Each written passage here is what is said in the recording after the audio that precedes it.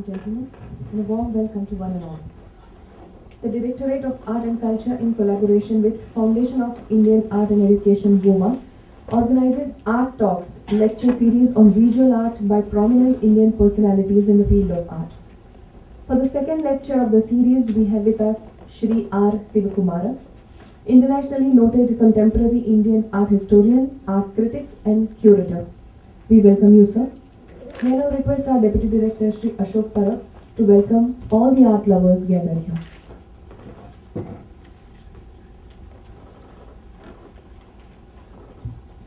Good evening, friends. On behalf of Directorate of Art and Culture, Government of Goa, and Foundation for Indian Art, I welcome you all for this second lecture of the lecture series. On behalf of the department, I welcome today's lecture, eminent personality in the field of art, Shri R. Sivakumar. We welcome you here, sir, for this lecture. We also welcome the President of Foundation of Art of Goa, Shri Sanjeev Mirchandani, and we welcome all the participants here who will be with us for this particular lecture, and then there will be interaction session with the lecturer. Once again, I welcome you all and our guests today for this lecture. Thank you. Sir, I request you to welcome today's resource person, Shri R. Sivakumar, with bouquet of flowers.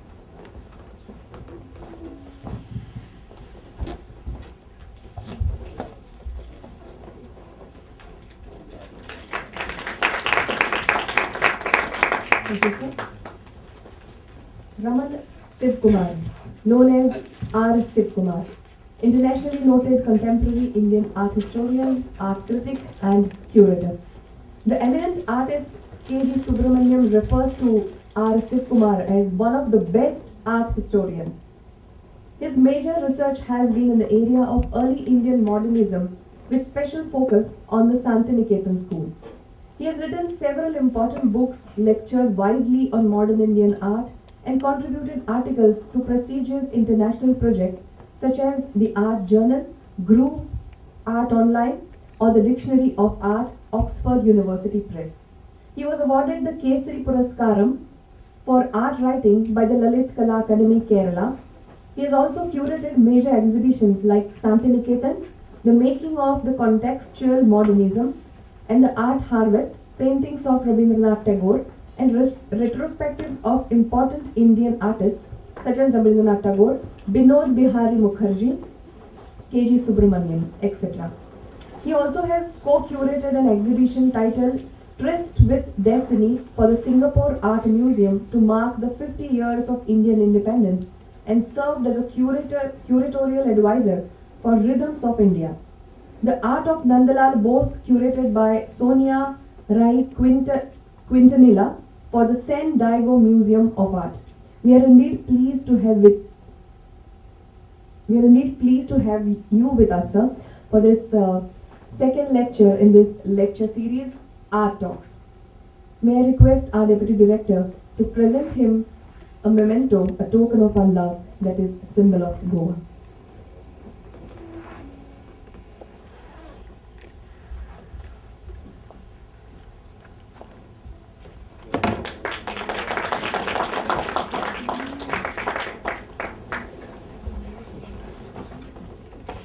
Thank you, sir, for accepting our invitation and being present here. We all are eager to hear you. The talk will be followed by question-answer session as usual. Over to you, sir.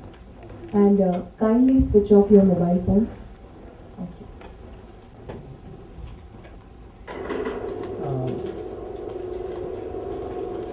Good evening, friends. At the outset, I wish to thank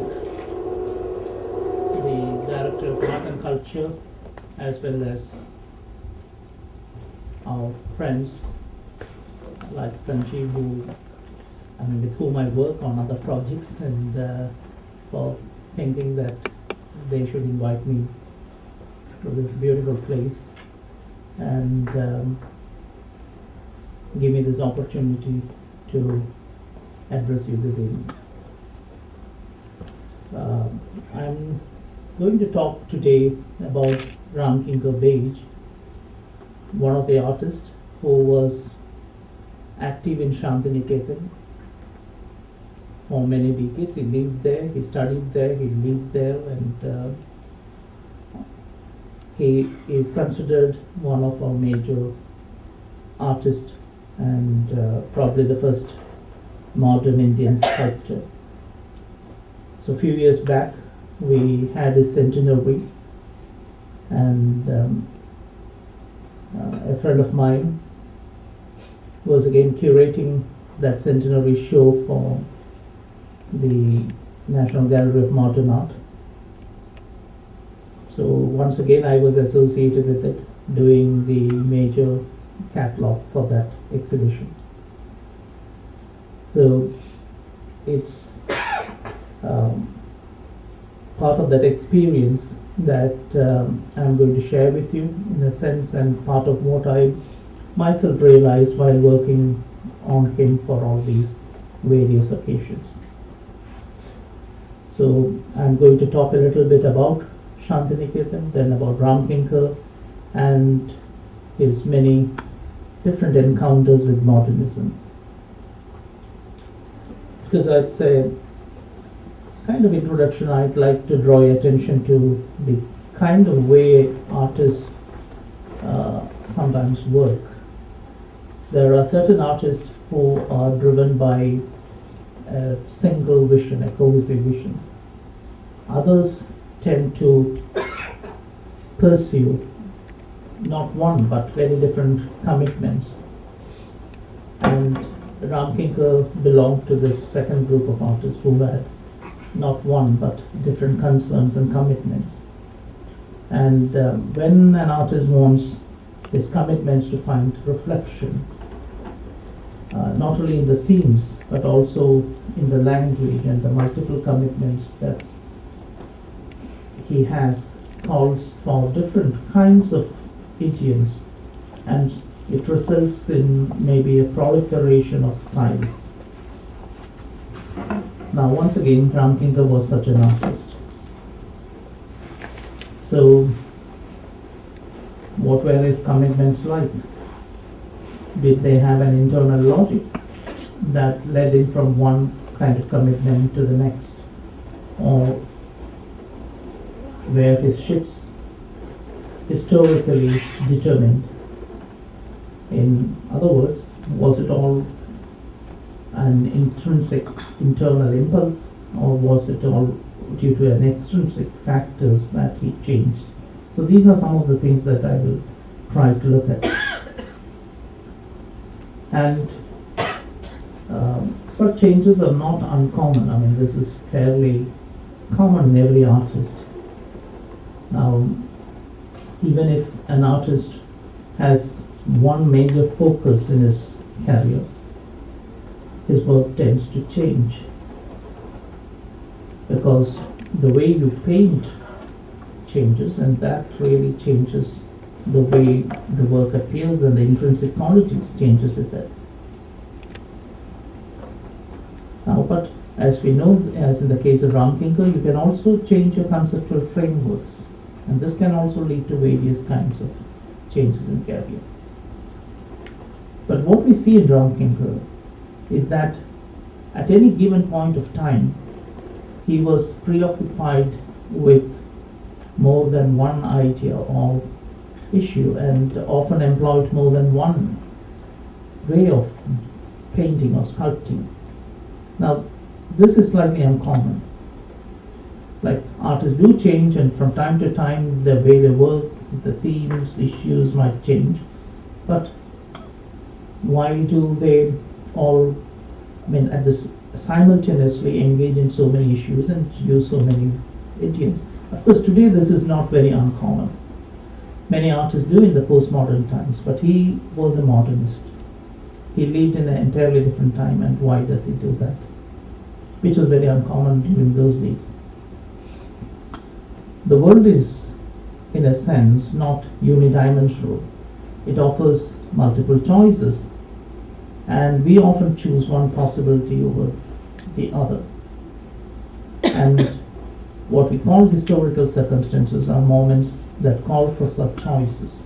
Choices of skills, choices of themes, choices of ideology, and so on.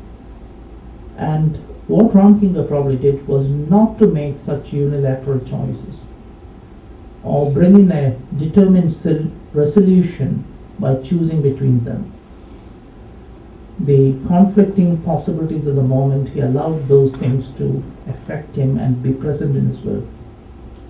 He preferred to hold these conflicts together in constant tension, to reflect the dynamics of the moment than to bring about an individual resolution or resolved calmness like some of his other colleagues did. If you look at that. So for instance, I will begin with his work when he was a student, and we can see that he was torn between these two major artistic approaches of his time. There was this whole school of Western realism which was being absorbed, and there was the Bengal school which provided a kind of artistic tension at that point of time, and you can see how he responds to these things. Here we have a portrait of his sister-in-law when he did, before he came to Shanghai in 1925. So before he, or maybe just at the moment he arrived there to study, and he was doing this, which is in the more realistic mode. And then almost the same time, the same year, you have him doing this picture, which is more like the Bengal school kind of thing. Entirely two different aesthetics, two different ways of working, and you see these things coexisting. Now, such engagement with contrasting or opposite kind of approaches and the dynamics that it brings about is what characterizes Ramkinkar's career at every point.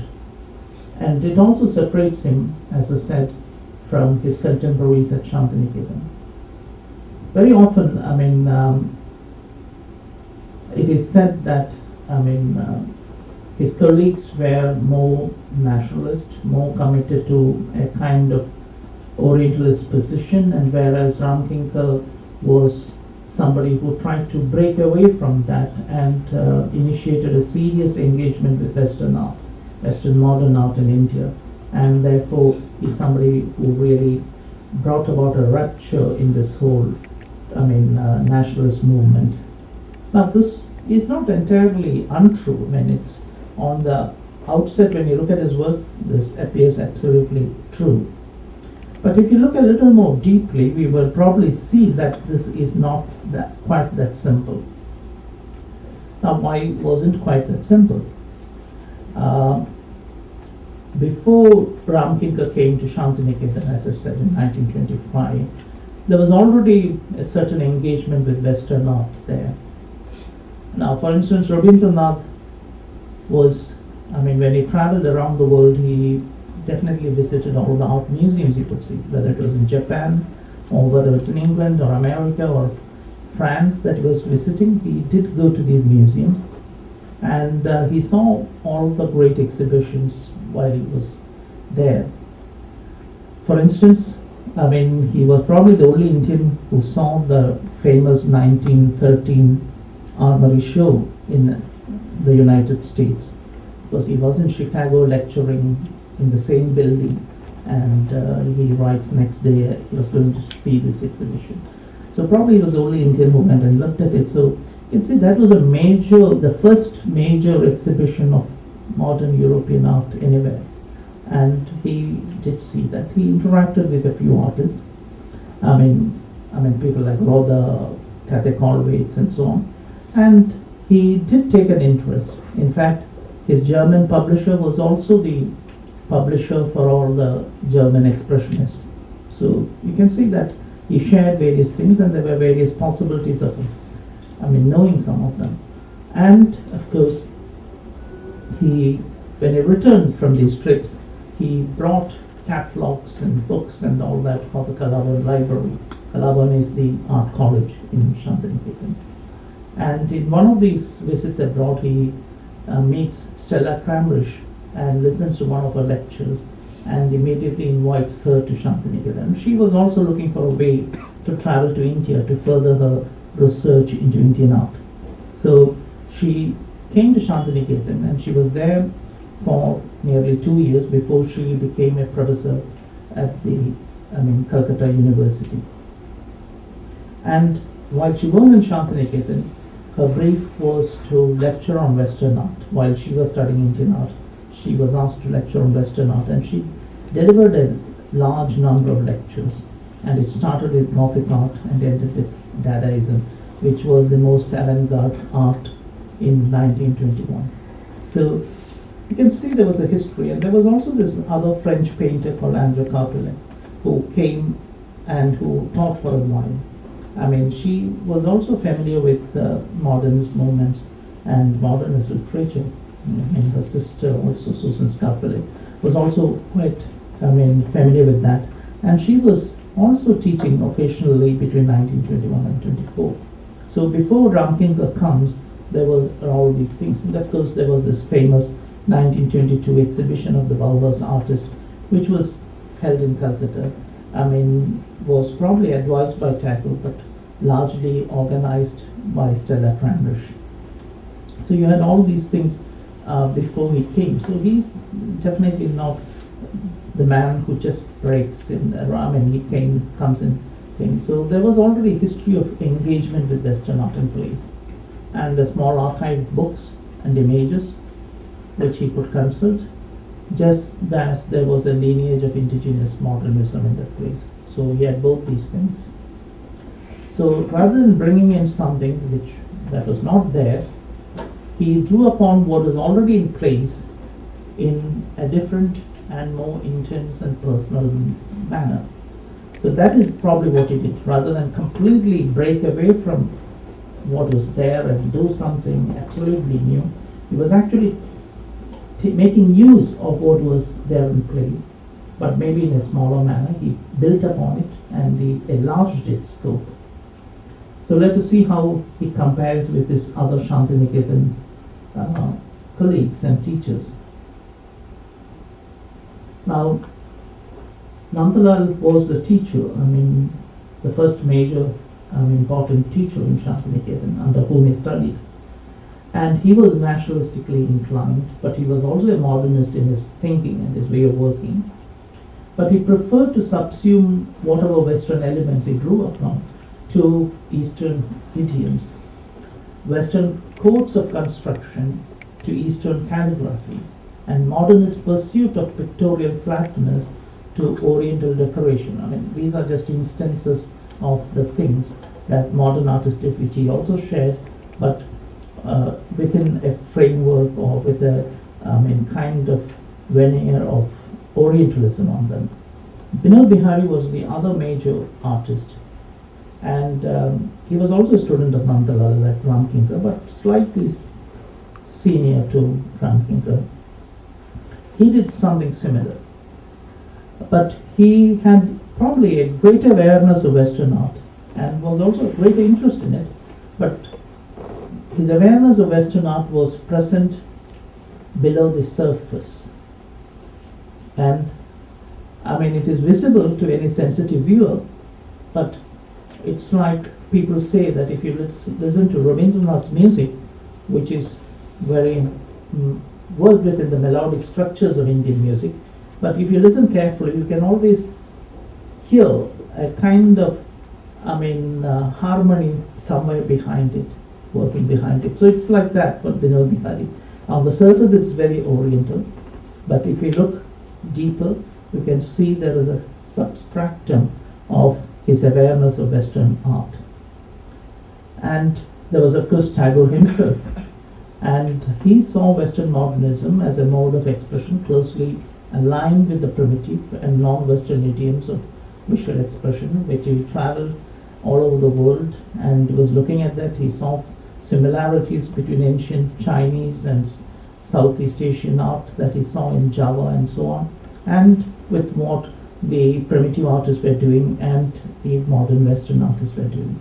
So it is in fact this exposure to all of this and realizing that there is a link between these that made Tagore a painter, because he was not a trained artist. He started working after he was 64, and it was these things that led him to discover himself as a painter rather late in life. Now, the work of these three predecessors, I mean, in fact, actually, although Tagore is a predecessor in various ways to Ramkinkar, they almost begin their career about the same time. So they are, in that sense, as painters and artists, also contemporaries. The work of these three predecessors has produced a multi-pronged environment with different possible trajectories for Ramkinkar to choose from, rather than one uniform image of tradition against which he is then supposed to have rebelled. So this is the idea that we get. He rebelled against a kind of environment of tradition which was built in Santiniketan.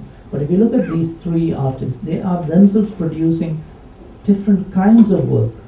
And it is into this environment that Ramkinkar arrives, and then he adds to that diversity.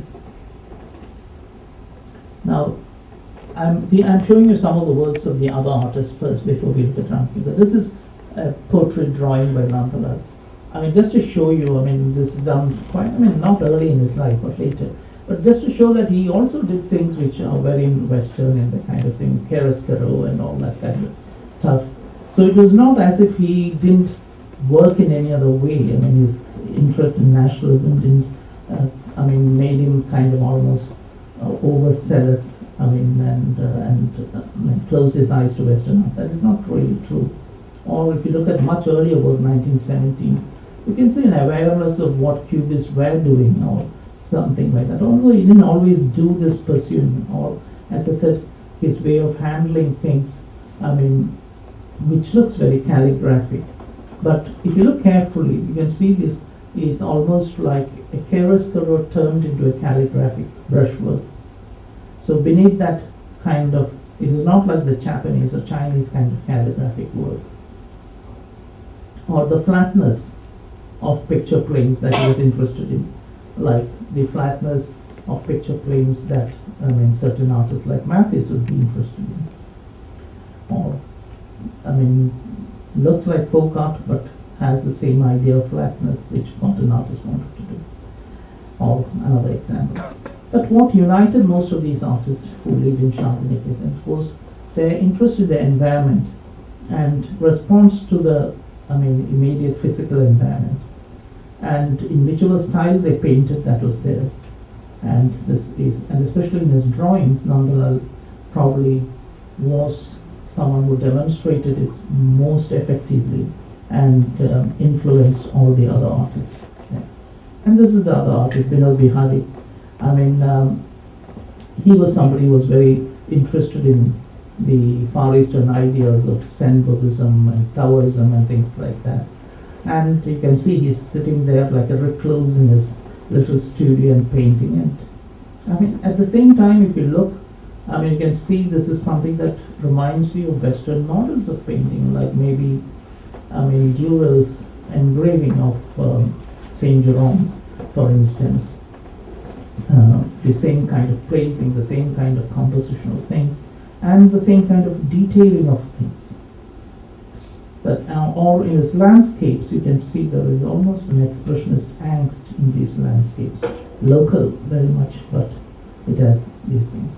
Or one of his major works, the Life of the Medieval Scenes, which is an 80-feet mural, and this is the central, section of that. And it reminds you very clearly of Italian Trecento painters like Giotto. And of course, he also imbibes various other things into it. But you can see that they were all looking at lots of things. Now, the post-Cubist sensibilities and ideas of how to use, form-space interactions, ambivalent uses of colors as, maybe object color or shadow and so on and so forth.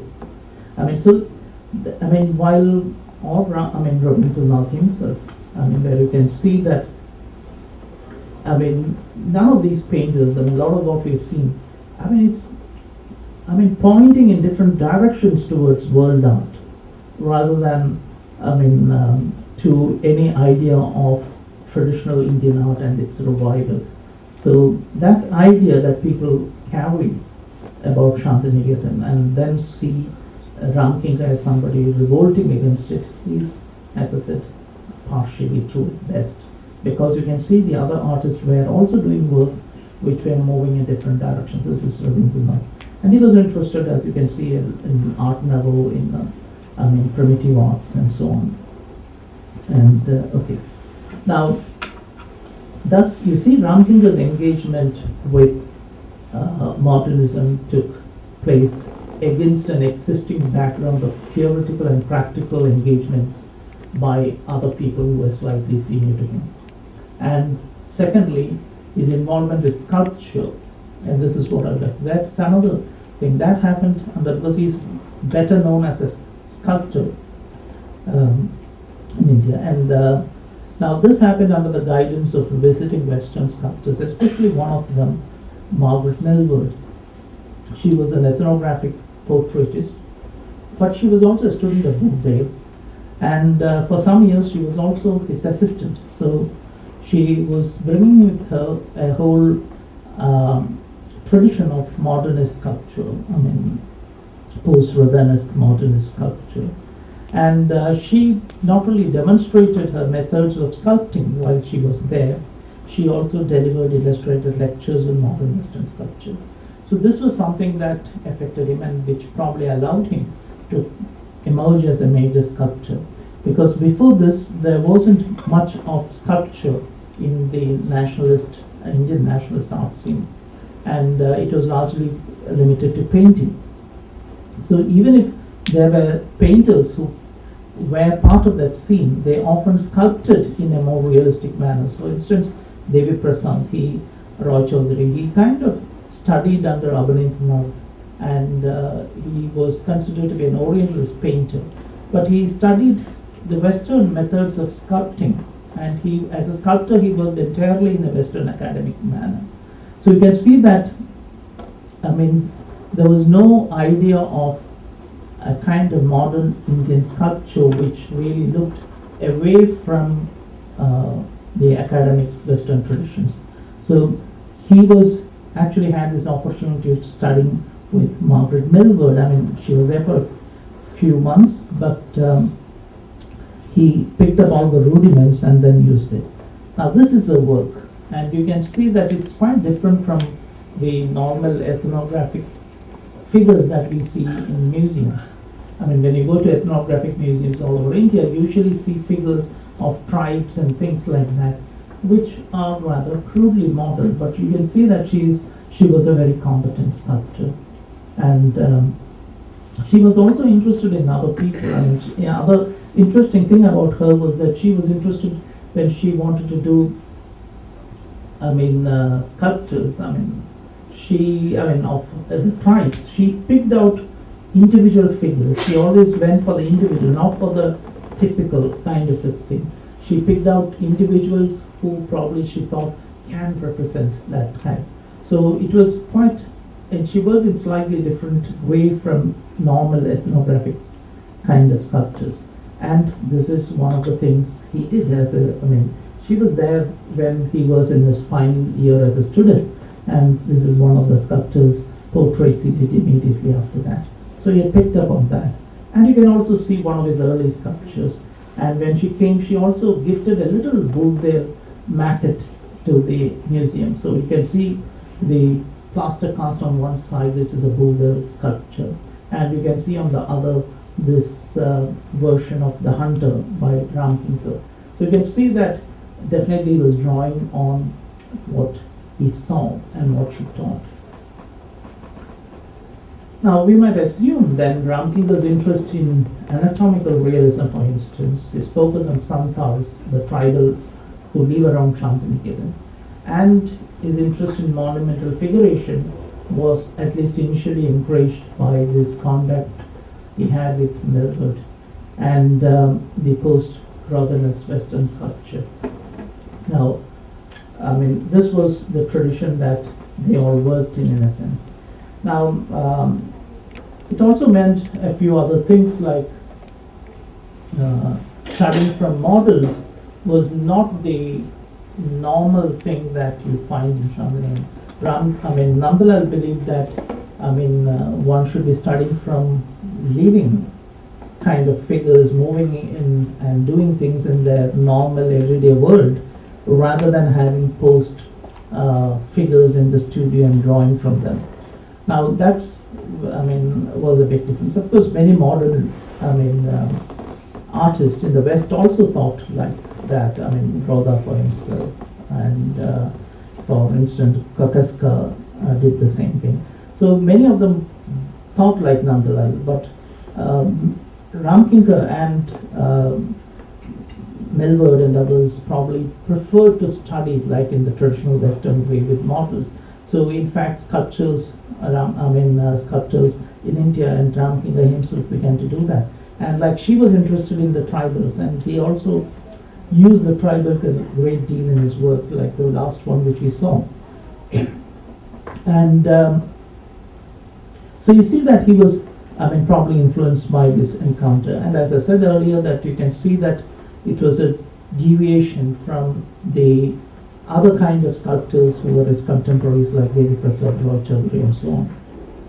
Now, Ramkinkar was therefore making a difference in the way he began, and it was important because he was at the same time being a student in Shantiniketan and Nandalal.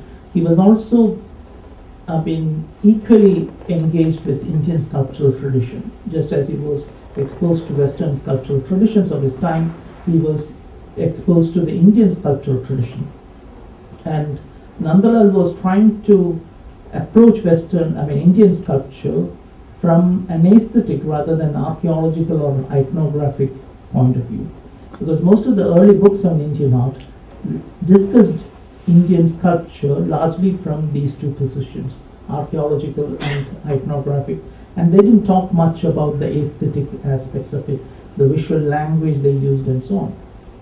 Now, thus, it was not available to them as a language which they might be able to adopt, and this was what Nandalal was trying to do. So he was able to absorb that as well as his exposure to Western sculpture.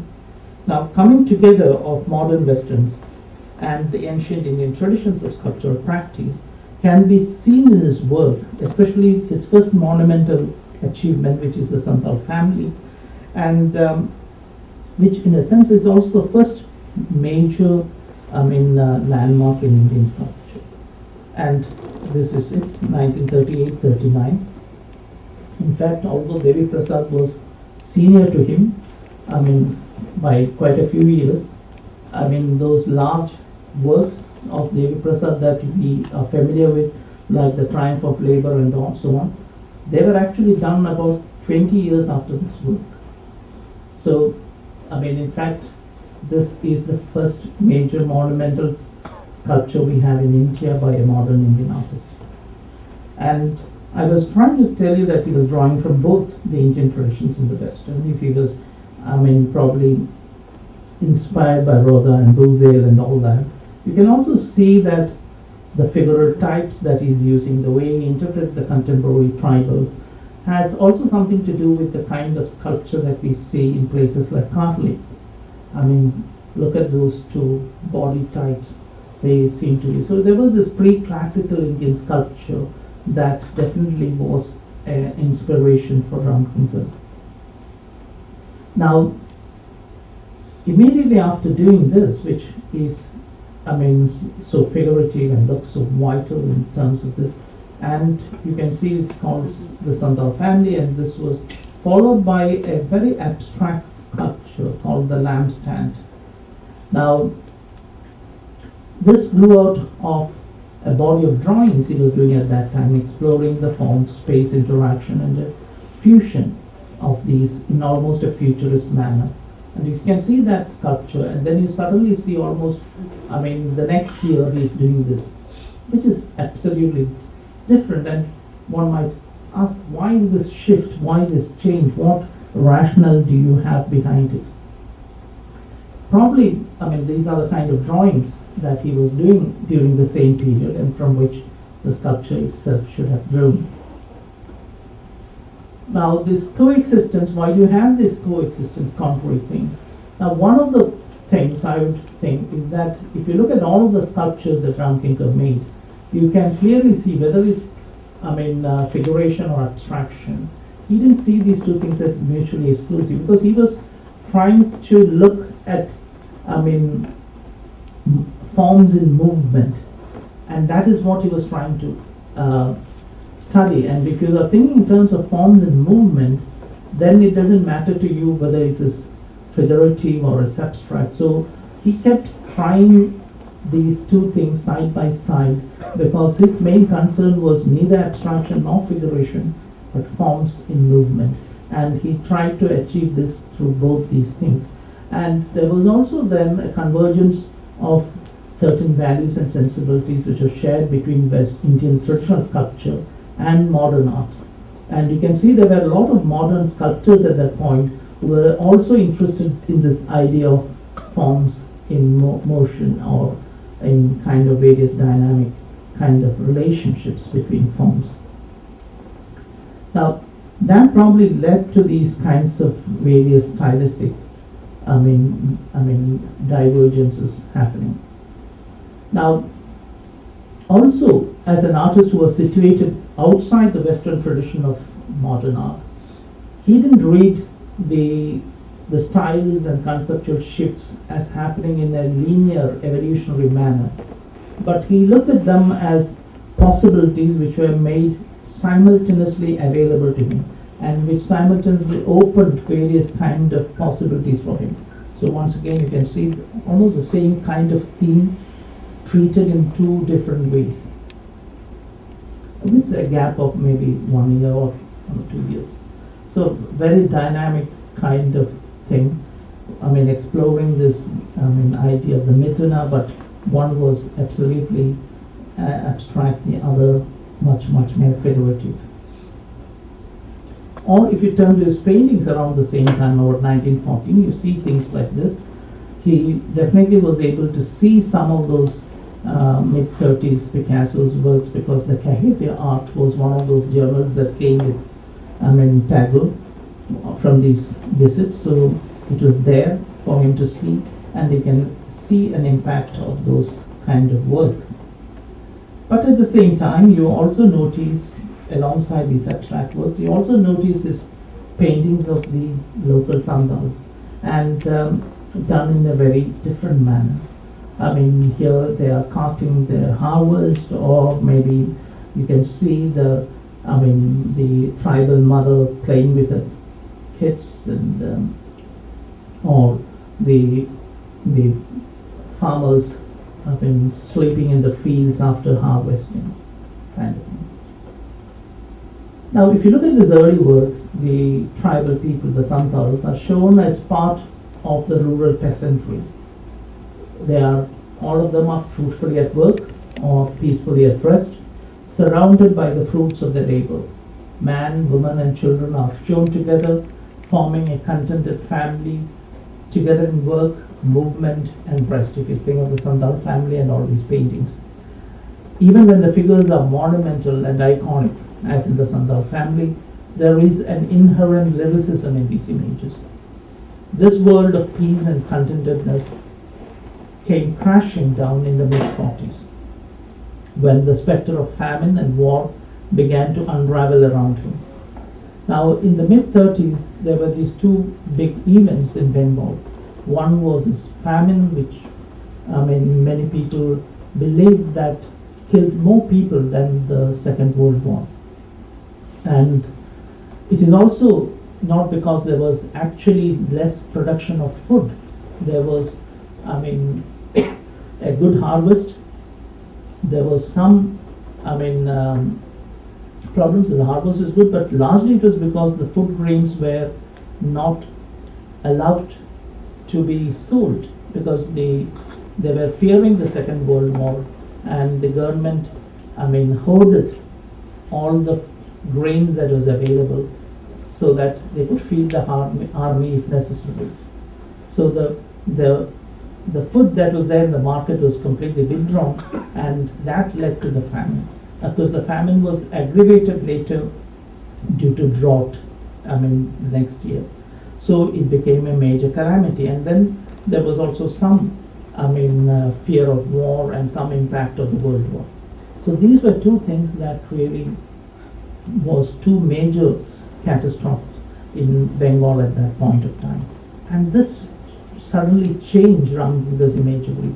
The rural happiness that we see in his images gives way to images of death, togetherness, and nourishment, which we saw give way to strife and neglect, and the blissful mothers that we saw gives way to mothers that are sucked dry by their children. We see this change of relationships very dramatically.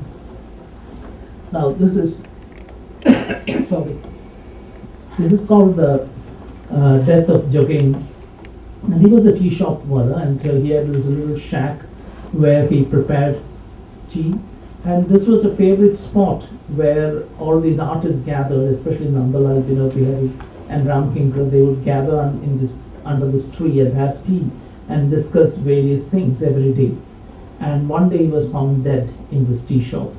And so that became a symbol of the famine for him.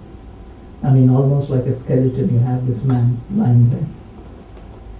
Or what was happening was, you can see the peasants are being turned into construction workers, because when the famine arrived, there was very little agricultural activity, and they had to turn into, daily wage earners, doing kind of thing. And you can see this shift between the children and the parents and all that taking place. The little child hanging onto the breast of the mother who is working. Or there's also his work becomes more allegorical. Like you have these three ages of man kind of thing, and this calls it shifting generation. And there were all these skeletons hanging behind, and there is this man and woman who are laborers, and a child lying neglected at their feet. Now, it is very different from those harvesters sleeping very contented in the midst of the harvest and things like that. And of course, Ramkinkar always, or even his allegories grew out of little events which he saw. So this one, while there was this famine, they were trying to build some buildings in Santiniketan, and while they were digging the ground, they found there was a skeleton there. So that led to the painting. So he always started with something which was factual, which was there, but then you can see it is growing more and more into allegories now. Or his famous sculpture of the unknown political prisoner, which he thought was the farmer. Of course, there was this great competition that happened after the World War, and it was meant to be the prisoner of war. But for Ramkinkar, the political prisoner, was basically the peasant, himself or herself. And here you see a thresher, a headless thresher, as his image of the unknown political prisoner. And as I said, you can see this mother, and you can see the child which is literally hanging on to her breast. And you can see how the language has changed, how he used a more, a cubist kind of distortion in a very expressive manner. Gradually, the celebratory realism and post-cubist exploration of the perceived world seen in his earlier work gave way to a fragmentation and expressionism of despair. They are still based on perceived details or facts, but the images are now clearly allegorical, and they draw our attention to things beyond what we see. There are signs of new ideological commitment, and if you look at Ramkinkar at the mid-40s, you can see that he emerges as an artist whose social commitments comes very close to those of what the progressive writers and theatre activists did in India. He was not formally a member of the progressive group, or the progressive writers or artists or kind of any of these progressive movements, but he definitely did paintings that came close to them ideologically. And probably no other Indian artist, probably did that as much as he did. in the new scenario, the tribal peasant was no more the noble savage that he was trying to be, but he became the anonymous political prisoner or the victim of an unjust class society. Naturally, he empathized with them and admired their commitment to labor, and with equal naturalness, he turned his eye against the educated middle class who shied away from labor. So he didn't speak much, but the few interviews we have, and when you're talking, he's full of admiration for all these people who work. And he says, but look at all the middle class, who sit in the offices or kind of thing. They are the people who just don't want to have anything to do with labor, and that's one of the shames. And yet, in a sense, in the mid-40s, you see that there were two streams happening again. One was these paintings that we just saw, which were all very clearly ideologically loaded and speaking about the tribal, the Santal, as a kind of political victim of a class society. On the other hand, we had a lot of portraits, and quite a number of them of women. I am just going to show the women portrait here, but he also did a few others of men, like Rabindranath or Alauddin Khan or Abhinendranath and so on, very interesting portraits. But I'll just look on these women, young women, educated, middle class, and whom he otherwise hated for various things. But with them he shared a modernist aspirations, and he identified with them intellectually as well as emotionally, just as he identified and empathized with the working class. So you can see once again he is trying to do two different things, and these are the portraits. And these young women were just not beautiful people, but they were also highly accomplished people. She did Soma Joshi, you can see her, she's still with a book, and she became a historian. She did kind of think quite well, did well in her profession, and so she went on to become a historian. Preeti Pante, you can see also the kind of diversity of experiments he's trying to do in portraiture. Ira Wakil, who became Ira Chowdhury later and married to the sculptor Shambhu Chowdhury, and she herself was a potter. And Meera Chatterjee. Most of them were remarkable women, or the Sri Lankan Madhura Singhe, another student who came from Sri Lanka. And you can see the diversity of images, the very, very vital. And he was a great portraitist. Of course, Binodini, who was one of his chief inspirations, she herself became a great writer, theatre personality, did scripts for films. And here you see in this etching where Ramkinkar and Binodini together, almost like artist and model, but also as he calls it, comrade. And it's also probably expressing his desire to have the company of fellow soldiers from his own class in these ideological crusades he wanted to do.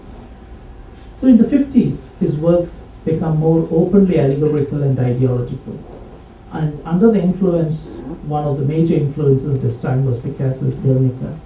And he fashioned a rhetoric, use of expressionist fragmentation out of Cubist syntax. And this is what Picasso, in a sense, was doing in this painting.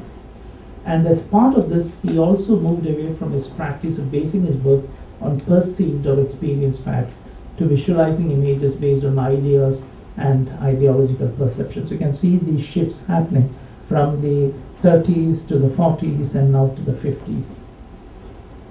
So this is the kind of painting he began to do. The Birth of Krishna, mythological. Still, it had a little event that's, spurred the whole imagery growing. But it started with, he was walking around the villages in the early morning, and he saw that somebody had buried a fetus, and at night it was not properly buried. So probably at night the dogs, dug it out, and he saw that, and that led to this whole painting, which moves away and becomes a big allegorical subject. And so you see things like that on this anti-violence kind of painting. Or you can see, about peasants who are breaking castles and turning them into fields. Or this 1957 painting where you can see this harvest, which was a major theme in his early paintings. Now you can see that there's this harvest, there is this landlord standing with the umbrella, and you can see this famished looking workers, and also the neglected children once again. And you can see that there was a complete change in the way he's now painting. So the happy farmer, peasant, tribal who is close to nature is now definitely an exploited social class. Now his peasants are no more free people, blessed with natural human dignity and an ability to celebrate life. They were now ill-treated, dehumanized and suffering proletariat. Under this ideological commitments, his message becomes more didactic, but this did not stop him from experimenting with formal elements. In fact, no more mood in experimental facts, his images moved towards greater fragmentation and abstraction, in which mood and pictorial orchestration became more important than the representation legibility of the image. Now we can see this. So once again, you can see that something which should have made him more didactic, and it did make him more didactic, it also spurred him to become more abstract at the same time.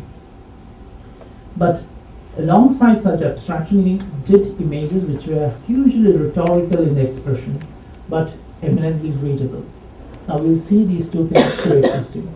Although he was generally critical of socialist realism, we also begin to notice that he was actually moving closer to monumental representations of the proletariat by socialist realist sculptors like Ramkinkar.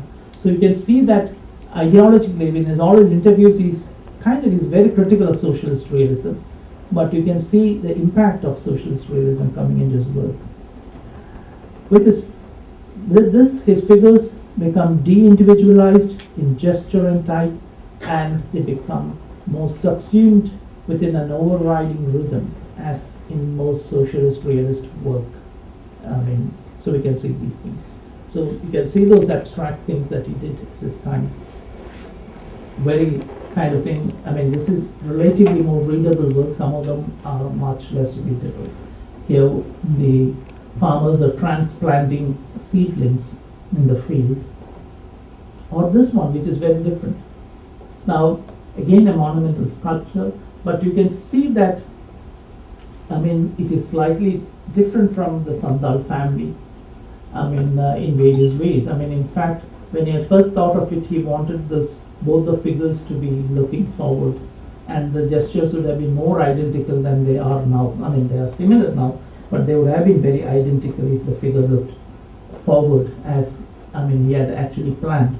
And then he turned the face because Nandalal probably suggested to him that would be a better kind of, it would make the work more dynamic, and probably accepted that suggestion. But his original plan was to make it look forward, and then you can see, as what I was trying to say, the rhythms are being almost like in most socialist realist work, you see exaggerated anatomies, as well as these almost identical rhythms, which make these figures each one similar to the other. So it is a group, it's a class, it's a type, rather than individuals. But if you think about the Santal family, which he began with, which is very different. Even though it's a family, it's all tied together very closely, but each individual within that group is unique. And you can see that the kind of almost unreal anatomy of this treasure. So on the one hand, almost the same time, you have this famished, peasant which he paints. On the other hand, he has this hugely valorized peasant. Clearly, the purpose of such valorization of the proletarian figure was to move it from the social periphery and give it an ideological focus. But this was more than an imagined proletariat. It was more of an imagined proletariat, and it was more of an inspirational mascot and a far cry from the emaciated and humiliated working class he was representing in other paintings. At the same time, at the same period, and done in a very different manner as well. Once again, you see there are two contrary styles and two different thematic focuses simultaneously engaging him, but once again we can also look at it more contextually, and you can see that the context in which these works were done sort of sanctions a convergence of these styles and interests. Now, I shall show you something which, where you might think that something existing side by side. This is a 1937 Universal Exposition in Paris. You had the Spanish and the Russian pavilion standing facing each other. And in the Spanish pavilion, you had the allegorical Guernica by Picasso, and which was painted in this post-cubist rhetoric idiom, which was contained within the architecture of the Spanish pavilion. And the other was, had on top of it, the towering, kind of figure of the factory worker and collective farm hand by Ramkinkar. And you can see one was an anti-fascist picture and spoke of destruction and suffering, which was as bewildering and absurd as it was painful. And the other was more like a call to arms, a clarion call for the socialists to unite, and an inspirational posturing. Ramkinkar saw anti-fascism and socialism and the two styles as two sides of the same coin. So post-war Ramkinkar really sees these two things as two equally interesting and parallel opportunities for artists. Sorry, I think something went wrong with this. Oh my God. Anyhow, I can't. But you know Guernica, and I just wanted to show you that in that picture, when you look at the Guernica in books, you see it as a large painting, and you have this impression of being a huge one. It's a large work, no doubt, and maybe something like this whole wall. But if you look at, in that pavilion, you also realize the pavilion was very small, it's kind of thing, and it is very much. It looks like a small work there, kind of thing. But you can see this, the Russian pavilion opposite, and it's huge. Look at the scale. You can see the people beneath, and that will give us idea of the scale. And look at the sculpture on top of that building. So it was absolutely monumental. It was meant to impress you by its sheer scale, size, and power. So these two works had two different aesthetics, and they were standing facing each other in this section. So the valorizing anatomical exaggerations associated with socialist realism contain seeds of a mythical imagination beneath it. So what you saw in the Russian pavilion has that aspect. Ramkinkar seems to have recognized this, and he brings it to the surface of his works in the 60s and later. We see mythical imagery and representational hyperbole converging in them, but as in all his work, passionate humanism and unflagging sincerity continues to outshine everything else. Because the 60s was a period where artists were giving up that passionate feeling for humanism, that kind of sense of sincerity which they wanted to bring in work. But they were becoming ironic, they were becoming a little more distancing. It's a period of the pop artist and so on and so forth. So you can see that it was that passionate closeness which a lot of art of the modernist period did at the 40s and 50s, that was going away. But you can see that Ramkinkar sticks to that, and he brings to it the possibilities of kind of the mythical imagination which the earlier kind of socialist realism held. That becomes more pronounced in his work. And he chose all through these differences to remain an involved and passionate partisan rather than a distanced and clever commentator, and preferred emotion over irony, which was unusual for us. So these are works from late 60s. There I'm just showing you two paintings from 69, which was one which was based on Subhash Chandra Bose, the other on the atomic kind of destruction, and this was the time of the Vietnamese war, so this could be another context for this painting.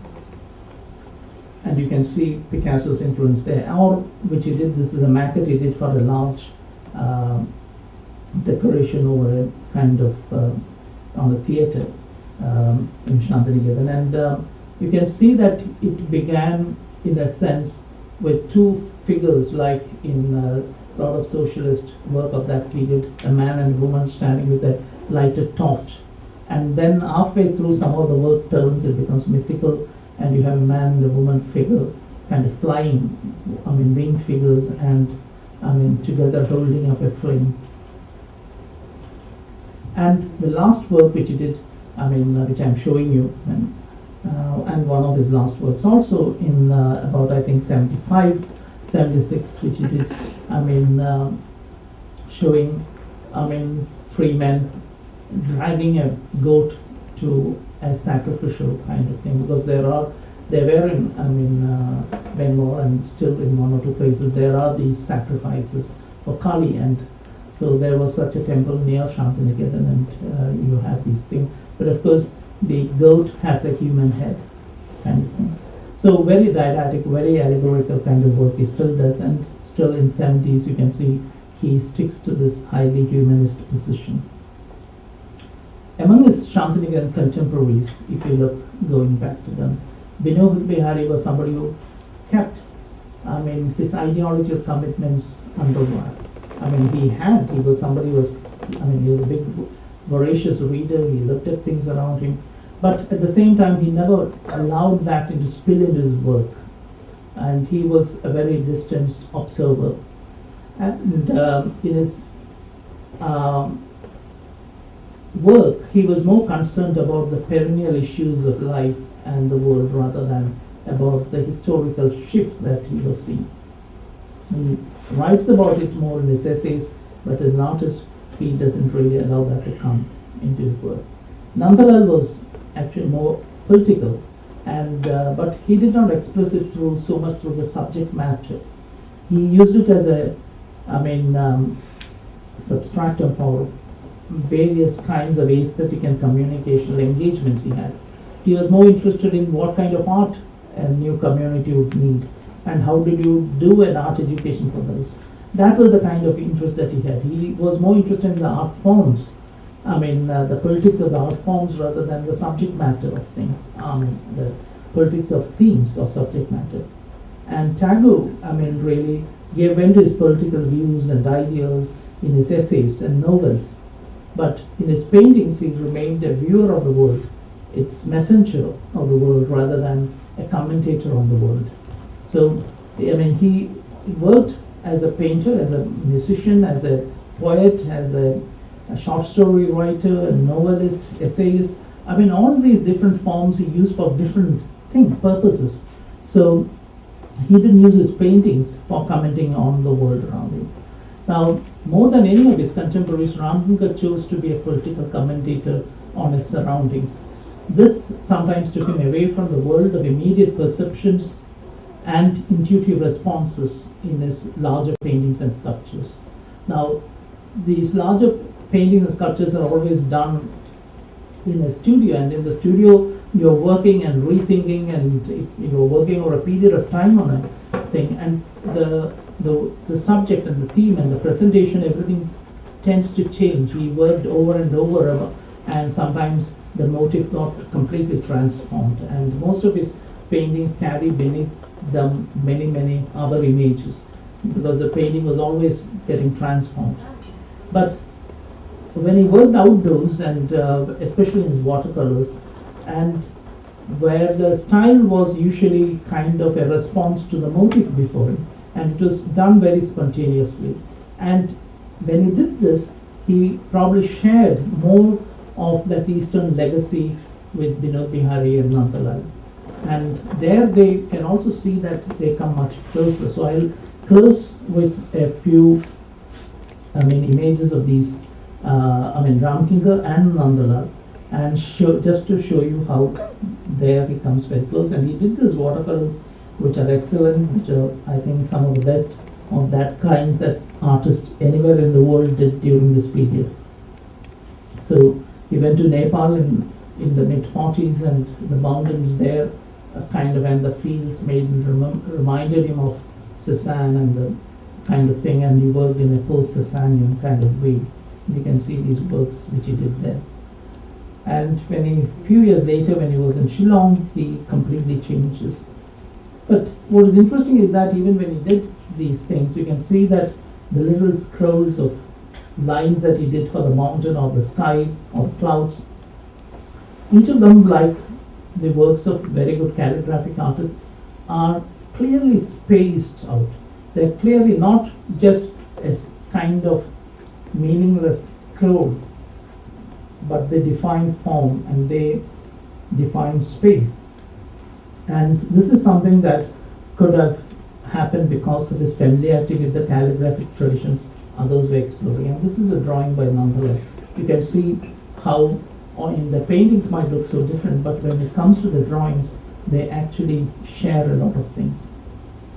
This is again Ramkinkar.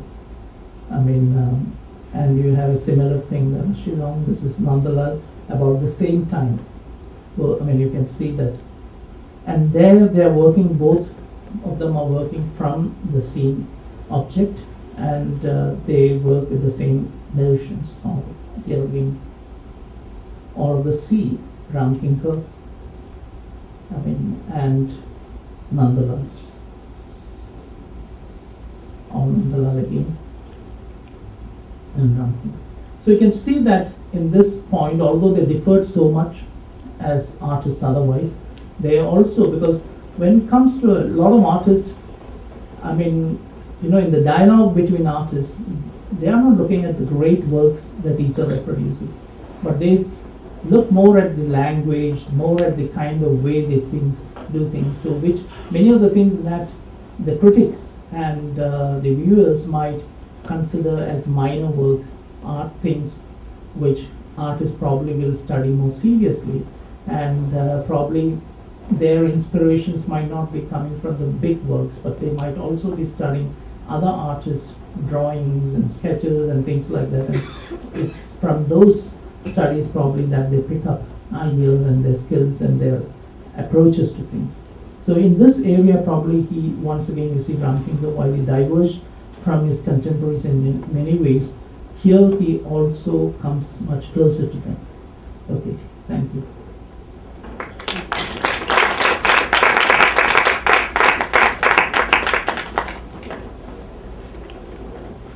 That you have spoken of. Could you please just elaborate a little more on it?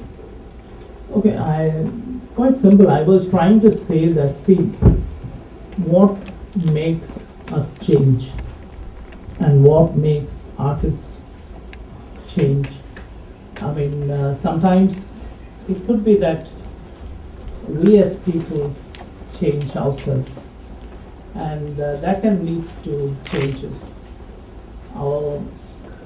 The way we respond to things, see things, because we are also not just looking at things, but we are also people who are pondering about our experiences, about our own self. So we are looking at ourselves, and then this process of looking at ourselves might lead to changes. So we can call that a kind of intrinsic change. So some of the changes that happens in any art practice comes from those changes which are taking place within that artist. And sometimes those changes are happening because there are major changes that is happening outside you, and you are responding to things. Now, maybe you will see that artists who are doing things which are not related to the world events, and you will see that even in their art changes. So it might be because their understanding of certain possibilities of art is changing. So which is related not even to the emotions or the inner world, but maybe the intellectual understanding of a field that is changing, and that brings about changes. So there are several reasons for these changes. Some might be your understanding which are intrinsic to the practice of that art. Some might be absolutely changes that are happening to you as a person. Your personality might change, and let's say then you might change as an artist. But there are also a lot of changes that happen because the world around you is changing and you're having new experiences. For instance, when Ramkinkar was looking at the world and he saw this very happy peasants around him in his early life, and he celebrated the same kind of things: labor, energy, humanity, but he saw them as models of celebration of life. But a little later, when things changed, when there was famine, there was war, when the peasants lost the possibilities of agriculture and that vanished, and they were forced to say, let us say, labor. It's a thing that is happening outside him. It's not something that he is able to control, or it's the physical world that has changed. So they are all like extrinsic things that are happening, so which leads to change. And so there are these two things happening simultaneously. Now, while he was looking at all these things, Ramkinkar was also a great admirer of abstraction in itself. For instance, he was a great admirer of, Fayaz Khan's music, which he thought was pure architecture. Now, which has nothing to do with all those great social issues, but he thought it was great musical architecture that Fayaz Khan was doing through his performances, and he admired that so greatly.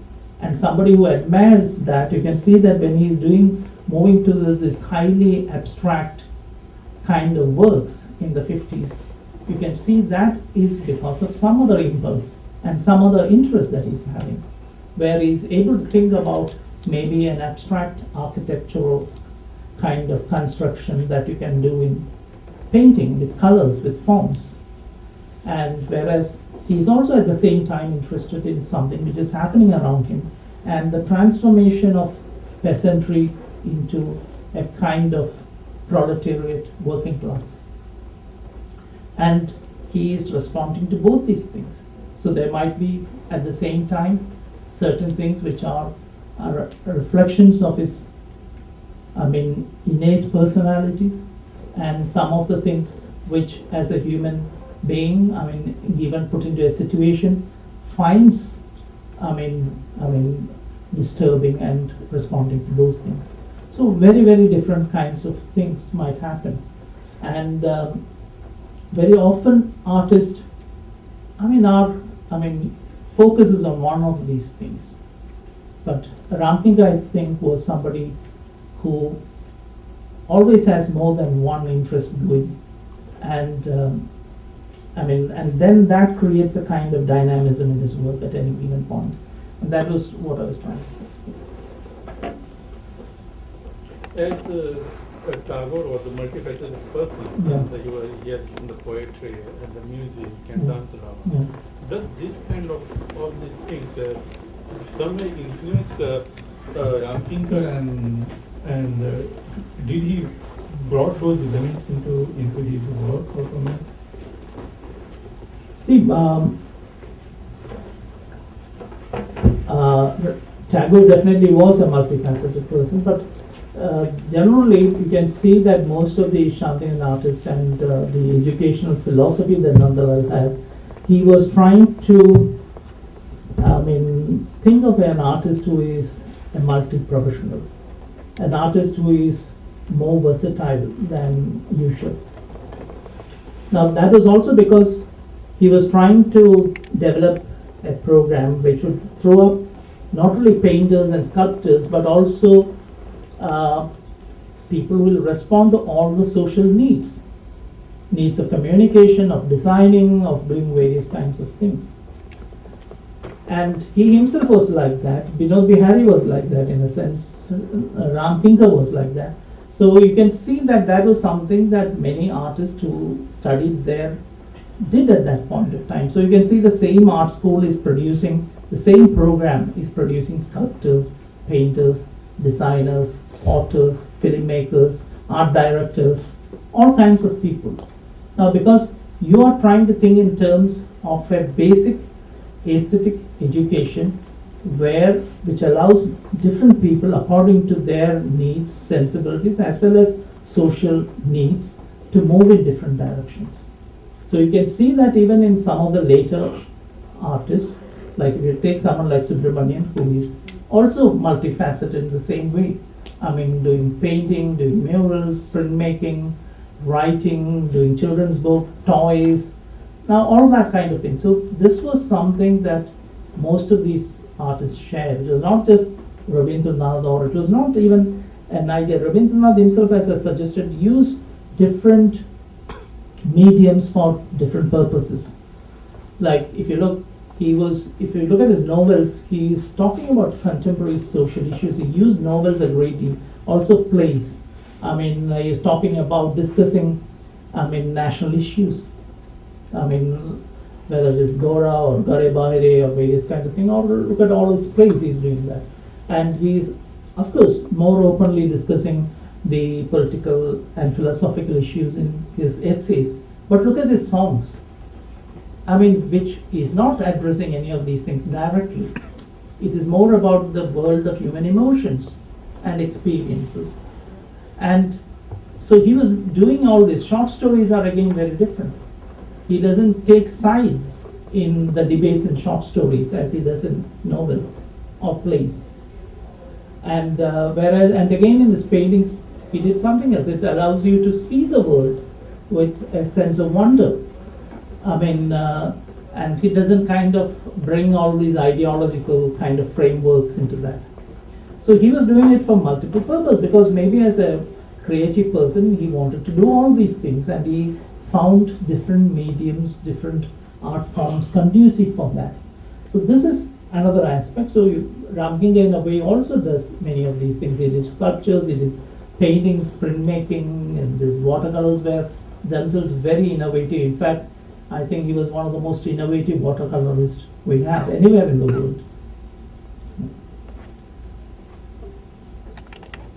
From an art investor's point of view, talking of sculptures, you've just shown us slides of these monumental sculptures made by the great artist, and all of us would agree that it is a work where there's sweat and blood is involved.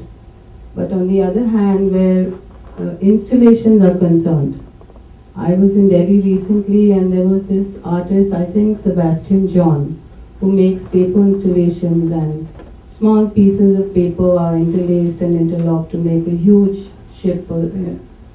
And as I walked closer to it to watch it, I tripped and I fell onto that paper ship, and a big part of it got damaged. So from an art investor's point of view, what would you suggest that, is it wise to invest in these kind of paper installations? Well, it's difficult. These two worlds are, to be honest, a little apart.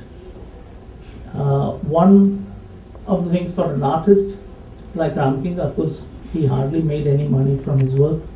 So, I'm not saying that artists should not be selling, and it's also sometimes quite tragic that artists are not selling. Because, for instance, Ramkinkar would not realize some of his major projects because he didn't have the money. He didn't have the money to buy a few bags of cement, so he couldn't do those things. So it's quite tragic if artists don't sell, and they have to live in a certain kind of poverty, at some kind, and that is not the best kind of circumstances for, work to happen.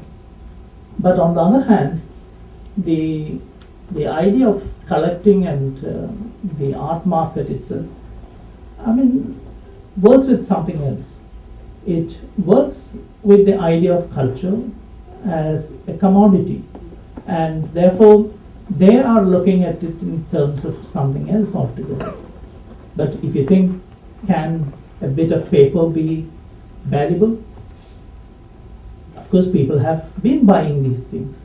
If you look at all those very fragile things that Picasso made out of bits of paper, his paper guitars, museums are collecting them. I mean, so you have this, I mean, happening because that has become an iconic, culturally an iconic object, and it has become so much part of a historical thing, and so it kind of things. And normally an artist doesn't really bother about the afterlife. I mean, always. I mean, and artists like Ramkinkar didn't bother about the afterlife of the objects, and it might become a nightmare for restorers, for collectors later. But there are many artists who don't bother, I mean, about it. In fact, I once asked Subramanian about some of the things that he does, whether that will last. He said, that is not my concern. I mean, let the restorers think about it, whether it will last or not, or whether they can do something about it. But to me, this material allows, I mean, it to be handled in a certain way. It allows me to communicate certain things better, and I do it. So for me, it is not my primary concern whether this will last. But certain artists probably did also worry a little bit about that. Not because they thought about the selling part and collecting part, but because they believed that an artist is also a great craftsman, and a craftsman has a great pride in the tools and materials and the perfectness of production. Say for Nandalal, it's quite interesting. I mean, his works have stayed the freshest of all these people. I mean, much better than, I mean, of course, Ramkinkar is a disaster in terms of preservation. Even Binod Bihari, who was not like that, but he is also not a very easy artist in some ways. But Nandalal's work, if you look after so many years, they're still very fresh, because he was interested, I mean, in the techniques. Because he was studying it fresh like a student, because these were techniques that were lost and it was not available to artists, so he was retrieving those techniques. So he experimented with each of these things, colors, grounds, and so on. So he was much more thorough in those things. So his colors have been faded, his binding is still very good, it doesn't peel off, but you can see that Binod Bihari, sometimes his temperas, I mean, they are becoming fragile. Or, I mean, Ramkinkar's, there are these thick layers of colors which he put one over the other without even waiting it to be dry. So you now have to kind of all fix them up again and so on. So these kinds of things. So artists, when they're creating, I mean, even if they're creating with traditional materials, I mean, they are so much taken up with the moment of creation that they don't really think about these things. Can I just add a little bit to that, please? Yeah. Because she spoke about paper and art. My son is a origami artist, and he has been doing it since the age of 5. And he had an exhibition in Lalit Kala Academy in Delhi. Okay. And he had exhibited quite a number of models. When people asked us if we were selling anything, and he was just 10 that time.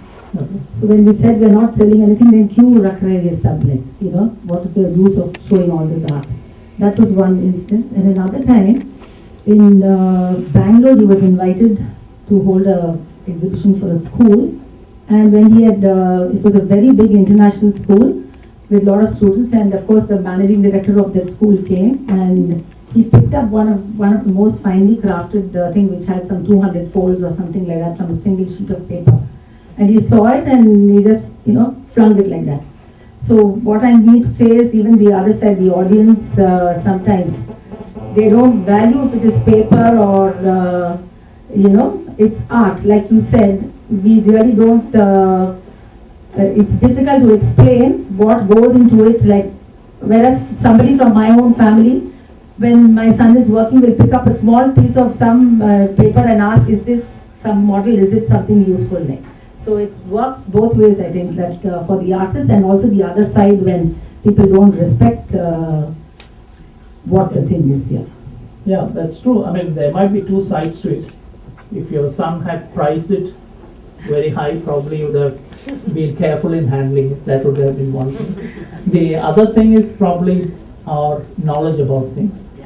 Like in Santiniketan, we used to have a internationally famous professor of logic, Anjan Shukla, who was one of the greatest, symbolist logicians of the world. And he used to live alone in a kind of little thing, and next room to the same building there was a Kathakali singer. So one day I was talking to him and I told him, somehow he's talked about his neighbor, and I said he's a great guy. Then he said no, he's quite mad. So I see that he is writing always sheets of papers with numbers and signs and throwing out of his window, and they don't make any sense. So it is probably, if we are sometimes like that Kathakali musician, he probably knows the singing, but he doesn't know the value of what Anjan Shukla was trying to do. So it could be because we are not informed sometimes, and it can be also because of the monetary value of things.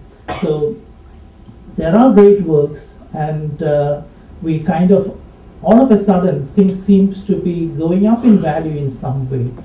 For instance, now we have this Gaithong Day exhibition in Guggenheim, and suddenly as if he has become a greater artist because of this.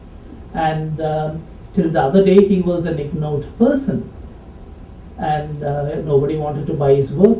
But as soon as they heard that there was the Guggenheim exhibition coming up, his prices shot up to 3 million kind of thing. So these two worlds are very different. Did suddenly Gaitonde become a greater painter? Or did suddenly our aesthetic sense changed? So these are slightly different things. They have two different worlds existing side by side.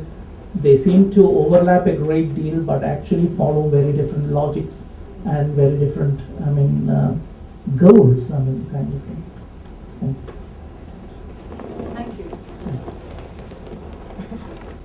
Yeah, it indeed gives me great pleasure to have you here, sir, for this lecture series that we have the Foundation and the Directorate of Art and Culture organizes, and we are grateful that you have in fact exposed us to a lot of things about Ramkinkar Baij, who is an enigma to myself in fact, and I think many of my colleagues here will agree with me.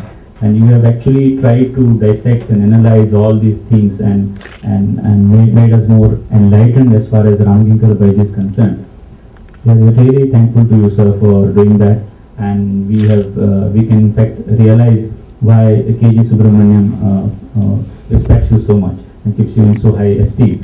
We are indeed thankful towards the foundation. I would say we are thankful to the Directorate of Art and Culture for in fact accepting our proposal and giving us a chance to have this lecture series, which we are trying to get number of eminent personalities like you, sir, and we are definitely sure that most of our audience will agree that it has been a great experience. In fact, two of this part in the series.